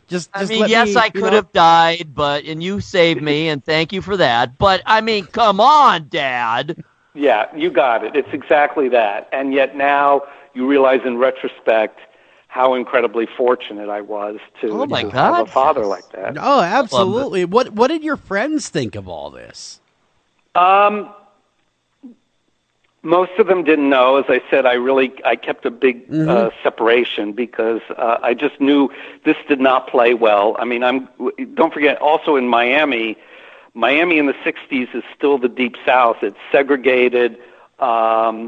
There's drinking fountains for whites and coloreds. So it's a very different time. And, having a spooky dad that came from Mars is not going to play well with I was going to say, it didn't win your friends or influence a lot of people, I suppose. No, it was not like, hey, you want to go over to my house and watch my father cure cancer? That could kind of be cool. Would you like to do that? No, I couldn't do that. Yeah. Was he older too? I mean, he had me when he was about 50-something. That's what it sounded like. Yeah. Yeah. So even that must have been kind of odd because he was kind of more like 2 generations older than you. You know what I mean? Yeah.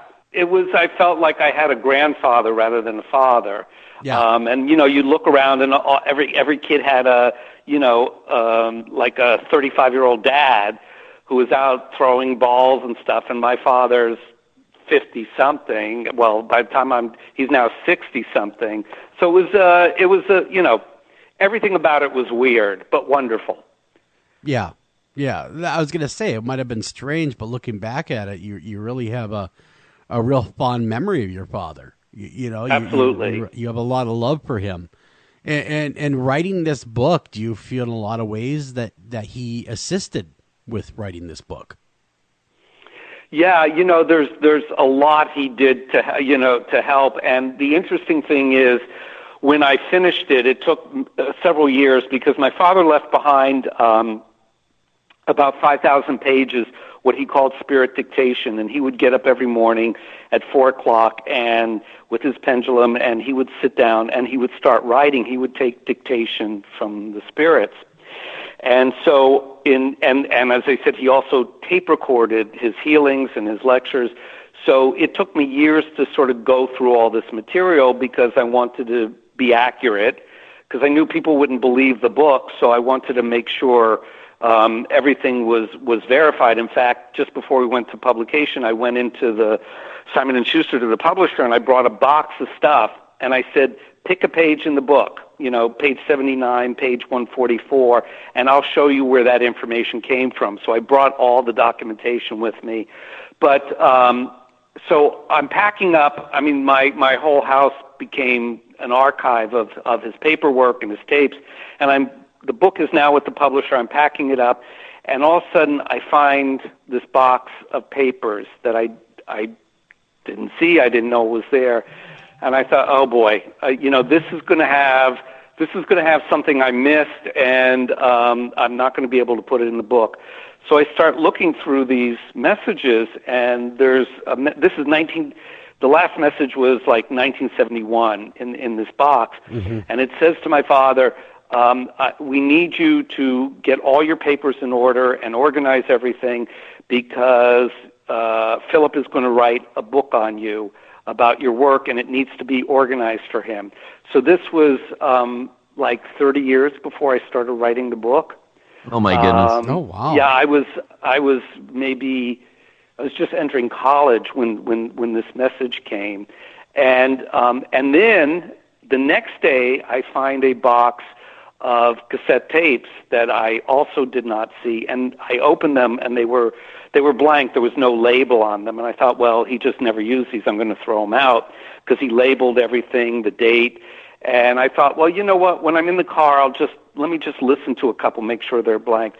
So, of course, the first one has a reading from an English psychic, and she said to him in the reading, she said, you have a son? And he said, yes. And she said, he's going to, and she basically said the same thing, you need to organize your papers, because he's going to write, she says, kind of like a biography, or she says kind of a documentary on your work. And she says, I see video attached to this. So twice the spirits were telling him that there's going to be this book written 30 years in the future after he's gone. So it's just kind of, it makes you wonder, like, I thought this was all my idea and I worked so hard, and I realized I was just kind of the secretary here. You were the conduit, literally. Yeah. You were the conduit. We talk to authors all the time about, either nonfiction, more often nonfiction, of course, but also novelists who kind of work in, horror, supernatural, or paranormal. And many times we end up, we're kind of discussing the nuts and bolts, the process of writing. And almost every time they end up saying, hey, when it's flowing, when it's going well, it feels like it's not coming from you, that you're just a conduit. It's coming from outside of you, and you're just there to process it. So in your case, it was literal. Yes. And, you think about all the inventions in the world, whether Thomas Edison and the light bulb, or Tesla, and all these things that people come up with, and you wonder where all this stuff comes from. Yeah. And I think that when you are in a creative process, whether you're inventing or writing or painting, there's some other energy field that you tap into, and that you have, and if you're willing to and open to it, that channels this information there that just, I don't know, I just don't think it can be from everyday experience or necessarily from our environment or even planet Earth. It just seems to come from some other sphere. Yeah, I agree with you. I wholeheartedly agree with you. I think that technology, great to a great degree.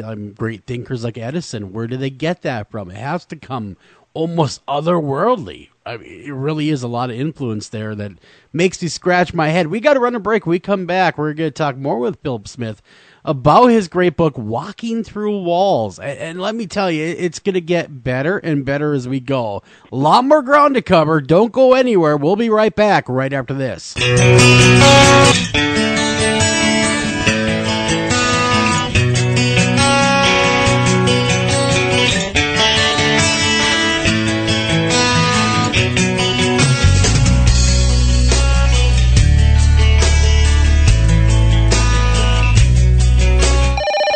Northern Tool and Equipment. So Daddy's little girl thinks she's going to prom tonight with some punk who calls himself Snake. Yeah, they grow up so fast. Well, not if I can help it, they don't. Okay, here's what you do. When that kid shows up, Dad's going to be doing a few chores around the house. Huh? It doesn't matter the chore. What's important is that it requires the use of a 60cc gas-powered chainsaw and possibly a mask. I think it's showtime. He's here. Dad, I want you to meet... All right, let her rip. What's that, honey? Hi, Snake. Great to meet you. But wait, where are you going? There's no problem a little horsepower can't solve. Northern Tool and Equipment.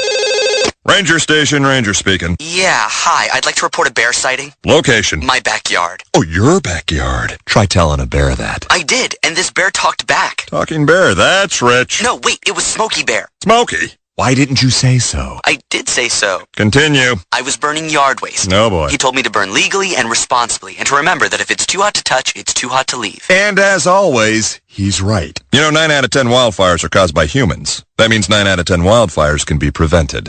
Yeah, I know that now. Thanks to me. Actually, thanks to Smokey. As usual, the talking bear gets all the credit. Get your Smokey on. Always burn responsibly and contact your local fire department for open burning regulations. Because 9 out of 10 wildfires can be prevented. Brought to you by Smokey Bear, the U.S. Forest Service, your state forester, and the Ad Council. Learn more at smokeybear.com. Only you can prevent wildfires.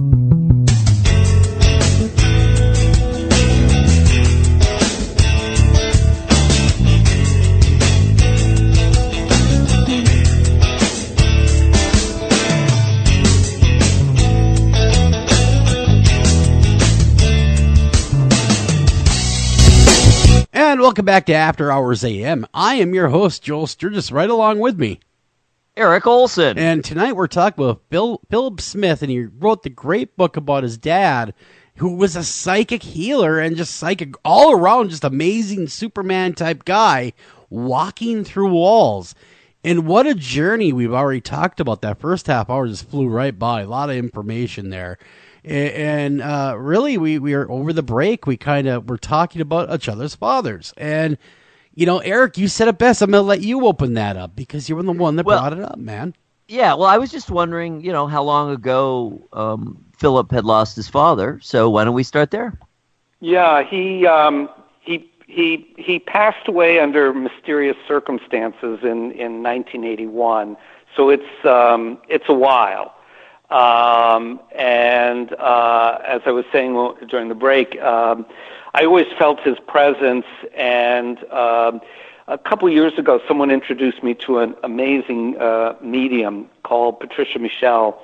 And you call her up, or I would call her up, and she just links right into my father. And we have conversations like all of us are having right now. And they're very, very frank conversations. I mean, he tells me things about his life when he was here that I didn't know. But it reinforces the idea that the spirit lives on. And now when he needs to reach me, he'll tickle my ear. At first I thought, because I live in Miami, that it was a mosquito, and I kept brushing it away. And then I realized it's the middle of winter down here. We don't have mosquitoes. And all of a sudden it dawned on me, and you can see it on the website. The website's walkingthroughwallsthebook.com. And there's a little drawing that my father did of his face. And there's a nose, I guess, in the eyes. And there are these points on his face. They almost look like little measles spots. And next to it is the name of the person who would tickle that particular area, the edge of his nose or the corner of his eyelid, and who that was and what the signal was that they wanted to talk to my father. So I started getting these sort of tickling, buzzing things on my earlobe, and I kept thinking, as I said, mosquitoes, and I realized it's my father. So it made me stop and say, okay, what do you want to tell me right now? So it's enabled me to open that channel and communicate with him. And losing a parent is always, you know, massively traumatic and life-changing. And I think it's just really important, and it's very difficult to know that, you know, the spirit does live on. And one of the interesting messages that's in my father's papers is that he asked one of the spirit guides, what is it like? How can you communicate with me? How can you see what I'm doing? How do you know where I am? Yeah. And they explained to him that, like in those old detective movies where, you know, the lieutenant would take the perpetrator into this room and there'd be a one-way mirror and they'd slap the guy around and they'd say, you did it, didn't you, you mug? And then the colonel was on the other side of the one-way mirror and watching all this. He said, that's how our existence, we're actually on the other side of this one-way mirror, and we see everything, you just can't see us, and we're right there. And that's why sometimes people who are really sensitive, and you can feel, there's someone watching you, or there's someone in the room, or, you feel sometimes you get startled and you look up because you think someone's in the room with you, and that's actually spirits, keeping you company and checking in with you. That's amazing. That is amazing. I was just going to ask you, but you did it yourself without me asking you. What has he conveyed to you about the other side? For example, is reincarnation real? Is there evolution once he's on that other side? Is he always around, or does he just check in periodically? Those kinds of things. It's so mind-boggling and fascinating to think about. I'd love, any insights that you've gleaned, we'd love to hear. He's actually really busy, he says, and he's studying, and there are different planes. Just like, I guess there's levels, you go to first grade, or you go to middle school, or you go to university, and there are different levels in the spirit world, in the energy world, and you are there to learn and study. My mother, in talking to my mother, she would love to come back, but my father doesn't want to. He said, no, he says, I'm finished with my earth life. I've done enough there. I have too much to do here. And so I think that if, you think about it, when I was talking with this medium, and we were having these really very insightful, very realistic conversations, I said, I don't mean this in any disrespect, but, these are my parents. I should be able to talk to them directly. And she said, you're right. And the message of that is we can all communicate with our relatives and our loved ones who are not in the physical plane anymore. It just takes practice. I mean, it's like you want to learn to swim. You'll splash around, and one day you're finally doing freestyle or the breaststroke.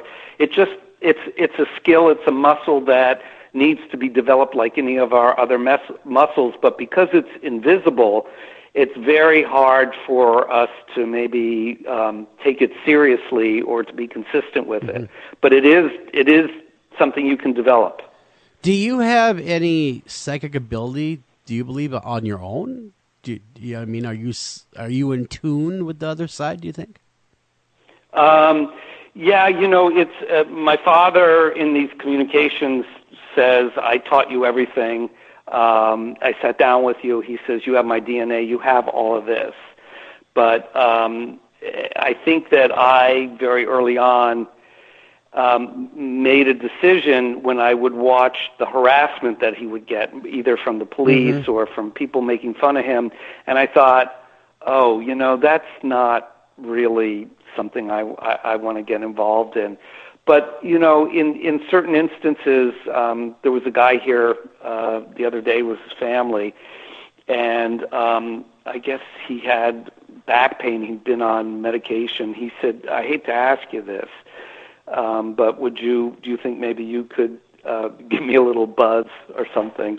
And I said, it's not, I just don't like doing this, but it was a very relaxed situation, and I worked on him, and then he wrote me back 2 days later. He says, I'm pain-free, and I have not been on any medication. So, yeah, I do it, not often, probably. My father would like me to do it all the time. It's the message that keeps coming through. Yeah. But I also have, my own life. It's like, your parents run let's say they run a great agricultural farm, but you don't want to be a farmer. You want to go, be a doctor or something. And so, but your parents want you to take over the farm, and you want to be a doctor. So it's kind of that sort of thing. Gotcha. Yeah, I get you. I mean, just because he did it doesn't mean it's for you. I'm right there with you. Because my dad was a mechanic, and therefore I became a mechanic, but was never truly my calling, where radio was my calling. So, yeah, you got to find that own path. I'm right there with you. Right, and I want to encourage the listeners to really try and find the confidence to know that the spirits are with you and that your family is with you and that you can reach out to them and you can communicate with them, and it may not happen right away because they're operating at such a different frequency than we are, and that's why when Arthur would communicate with my father, he would blink the lights, and he said in one of his messages, the easiest way for me to lower my vibration to communicate with you is through electrical systems. Mm-hmm. It takes more energy to, sometimes I find, I left my watch on the night table and then I find it in the middle of the living room carpet the next morning. And I know someone was visiting me, or, when my mom passed away, I would smell her perfume in the room, or all of a sudden at 3 o'clock in the morning, all the lights went on in the apartment. And I know she thought it was really funny to wake me up this way. But they find their way to communicate with you, and it's something we can all do, and it's in us, and I hope everybody will try and pursue this and make an effort toward this. How, though, do we start that road of communication? What's the best square one place to start? Well, I think everybody finds their own way. I mean, it's like if people want to, lose weight or get fit. Some people join a gym, some do yoga, some go on a diet. So I think that there's a multitude of paths for everybody. And whether you start reading some books, there's a million books out there that, fortunately that can get you thinking on these things. Sure. But I think sitting quiet, even if it's 5-10 minutes a day, and asking and watch your thoughts, see what comes into you, and keep a pencil and paper handy in case you start getting these random thoughts, and write them down, and they may not make sense right away, and it may take a year, but you keep the notebook, and all of a sudden you go back and you say, oh, I see a pattern here. And I have a friend who's a contractor, and we talk about this all the time, and he's noticed that things he can't find suddenly appear. And I said, well, they're signaling you that they want to work with you. And, start talking to them and asking for help and be responsive. Don't just freak out, but you that's how you start a relationship with someone. Sure. So you need to, you start a relationship with these energetic beings. Okay. Fascinating. I something occurred to me a couple times now as you've been talking. Do you see any relationship either in yourself or in your father? Lisa likes the window seat at night. The lights below that tell her she's nearly home. Then there's the lights she can't see. The runway lights we power to bring her planes safely into land. And because at Energia we also power all of Ireland's streetlights, Lisa's taxi home is that bit safer too. And no prizes for guessing who powers her house. Welcome home, Lisa. Energia, the power behind your power. Do you see a connection between these abilities, psychic abilities, awareness, openness, and your creativity? I mean, here you are, both very, very successful creative artists. Your father a designer, you a painter, and I'm just wondering, is there a connection there, do you think? That's a great question, and the answer is yes. And for my father, he, during the Depression, he sold magic tricks on the street to try and, get some money to eat. Mm-hmm. So he was always interested in magic and the unseen. And for him, one of the highest, because he also painted, and I have some of his paintings, and he took photographs. But for him, the highest form of magic was being an artist, because artists, in his mind, I don't know that it's necessarily true today, but artists from nowhere, from something that you can't see, all of a sudden they would manifest something on a canvas, and just like an invention, where did it come from? Yeah. And it was a way of tuning into that energetic creativity. So yes, there is a connection. I think between creativity and the possibility of psychic experiences, but also the connection between my father and myself, both being creative people, and also being interested in sort of the metaphysical ideas. And I think a lot of my art deals with metaphysics, because it's the world that I know, and to me it's a reality. I remember sitting at lunch with someone, and I was talking to them a little bit about the book and my father, and she said, "You really believe this?" I said, "No, I don't believe this at all. I know it's true. For me, this is reality." So I think, sometimes, when going back to the earlier question, we shift our focus into saying, well, maybe this could happen, or, maybe I'll hear from a spirit, or maybe I'll see a UFO, to really knowing that the world, you are surrounded by energies and energetic beings, and that the world is really alive. And you start with yourself. And one of the examples I use is, your iPhone eventually, no matter how many times you plug it in, that battery's going to run down. Sure. But you think about your heart. Your heart's been beating for 30, 40, 50, 60, 80, 90 years, and you never changed the battery. Mm-hmm. And we go to the movies, and we put on goggles, and we go, wow, this is so great, I see in 3D. But we see in 3D all the time. As soon as we open our eyes, we're seeing right. That is true. That is true. I think that the starting point for me is we are miraculous beings, and as opposed to, I had a hard day at work and the traffic and this guy cut me off, we're living in this kind of wonderful paradise. I mean, we have to make it that, and even if someone cuts you off, and even if there are some bills, the fact that plants grow and give us food, and we can eat a banana and we can eat a piece of toast, and that keeps our heart beating and our brain going, and you can explain it, well, it changes into glucose and carbohydrates. There's no machine in the world that can do what our body does. And the fact that we come out of just a drop of an egg and a drop of sperm, we are miracles. And I think if we start at that point, that we are miraculous beings, and we want to see the world through that lens, and we want to live that way, I think that's a great place to start.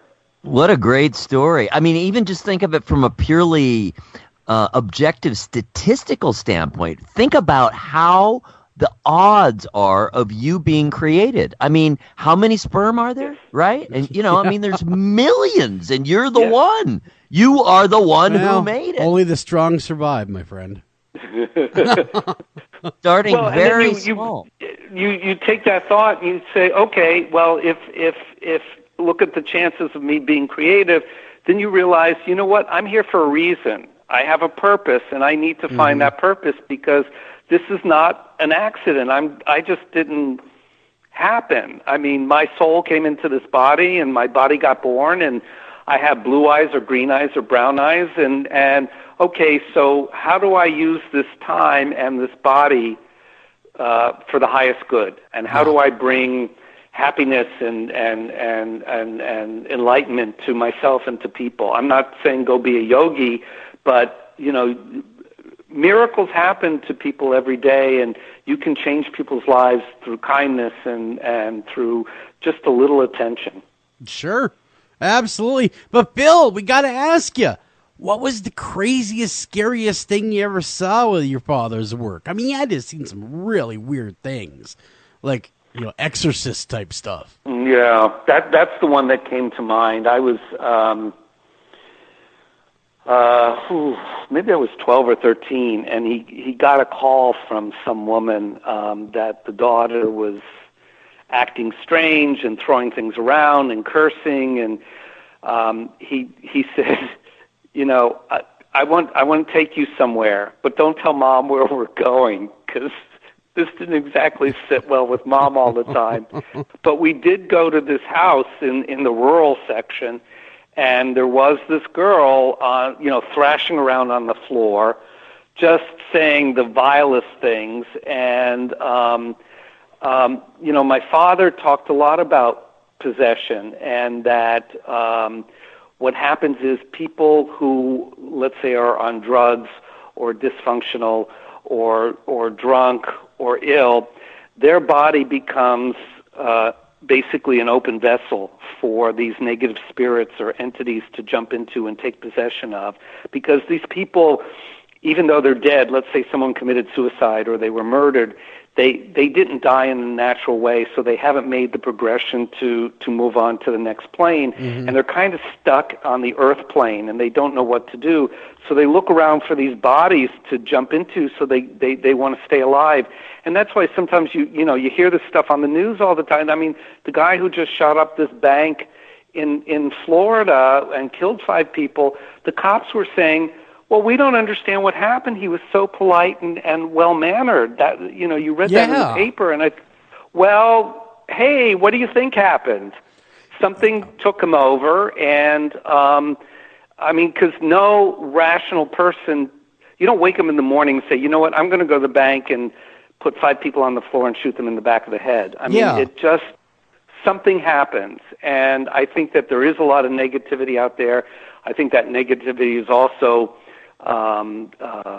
expanded by negative music, negative movies, and all sorts of things, and people are so angry and hateful, and it just manifests all this dark energy, and I think all of us have a responsibility to try and not get sucked into that, and try and sort of keep our cool and be positive. Well, it's hard, It's hard. It just seems like evil is just always there, right? And I was talking to a spiritual friend of mine. He was a shaman, and I asked him why that is, and he said that's because he's a Christian shaman, and he said it's like this: is when the war happened in heaven, God banished them down to here, the earth, gave them the earth. Well, that's why they're everywhere here, because they're with us, they're amongst us. And that's why they have such. That's why they're so easily. It's why it's so easy to take us over, because they're always here and they're always able to work on us. Right, and then it's like when you don't want to get a cold, you get your sleep and you eat well and you exercise and you don't strain yourself. And I think if you want to be spiritually healthy, the same thing is true. Sure. And we all have a responsibility to ourselves to keep ourselves, spiritually healthy, so that we're not invaded and we don't become one of the, pod people or zombies, because it's there. Yeah. And so it's listen, being alive is a lot of work, but it's also this incredible learning experience. And if you look back to who you are now and who you were 10 years ago or 15 years ago, I guarantee you're not the same person. Yeah. And we grow and we change, and that's what we're here for. Yeah. Well, it's spiritual hygiene is what it is. Exactly. That's a great term. Just keep your spiritual hygiene and you'll be all right. Yeah. Yeah, and my father would raise his vibrations all the time, and and I know when I walk into a place, I immediately feel that there's dark energy in that place, and I either leave or I surround myself with very positive energy, because I don't want that near me. And we all know we go into a meeting, or we're in a restaurant, or we're checking out at the supermarket, and we get this. We might get a headache, or we might get just like, oof, we know that person is emanating bad energy, and we need to be, and that's a way of also developing our abilities, that if you sense these things, okay, this person's really negative, I'm going to protect myself here, and I'm going to put on well. I'm going to put on a spiritual condom. Exactly. Yes. So I don't get pregnant with the devil. That's true. You don't want to become Mia Farrow. Yeah, exactly. It's amazing. I mean, it's amazing stuff to think about. And in a way, it's frightening on the one hand, but it's also empowering to know that we do have that power. We can do that. And we can protect ourselves. And we can reach out. And that we have powers that unseen entities don't have, because we are alive. We have to remember, we're the ones who are alive. We have the bodies. We have that level of energy. And we have heard that from other psychics as well. So much of what you've said and what, what your father professed and what you learned through him, we have heard. It's a pretty consistent story from a number of people who have access to the other side and who we would deem to be legitimate. And you really hear a lot of the same things. And I find that very encouraging or very comforting to know that there's a thread that runs through, and ultimately it's very positive. Yeah, and I think that the reason that you're hearing this now and that you do the show that you do is that we're at a point in human evolution and consciousness, and part of it's coming from technology, because a lot of our senses, they make digital cameras, which are our eyes, and wireless abilities, which is like our telepathy, and a lot of our abilities are now becoming manifested in technology. So it's our time now to know that we have a higher consciousness. And listen, it's just like you pick 10 kids for a football team. 2 of them are going to be bad apples. They're just going to be cut-ups and obnoxious and whatever. So life is not all goody-goody people. There is evil out there. There are dark energies, and it's you have to learn. Part of your training is to learn to deal with that. Exactly. Well, we're almost out of time, Bill, and the book is Walking Through Walls. You can get it on Amazon, Barnes & Noble, wherever books are sold, you'll find this book. It's a heck of a read, and I recommend anyone that's interested. Well, it's a great tale, but it's also a great example of spiritual power and everything that your father represented and all the good that he did. It's a great memoir. So again, Walking Through Walls is the book. Pick it up, Amazon, Barnes & Noble, you name it, they got it. So till next time, everyone, take care of each other, love each other, and boy, oh boy, just keep up that spiritual hygiene. After Hours AM is a production of Midwest Radio Productions. Please like us on Facebook and follow us on Twitter. And please visit www.americas-most-haunted.com.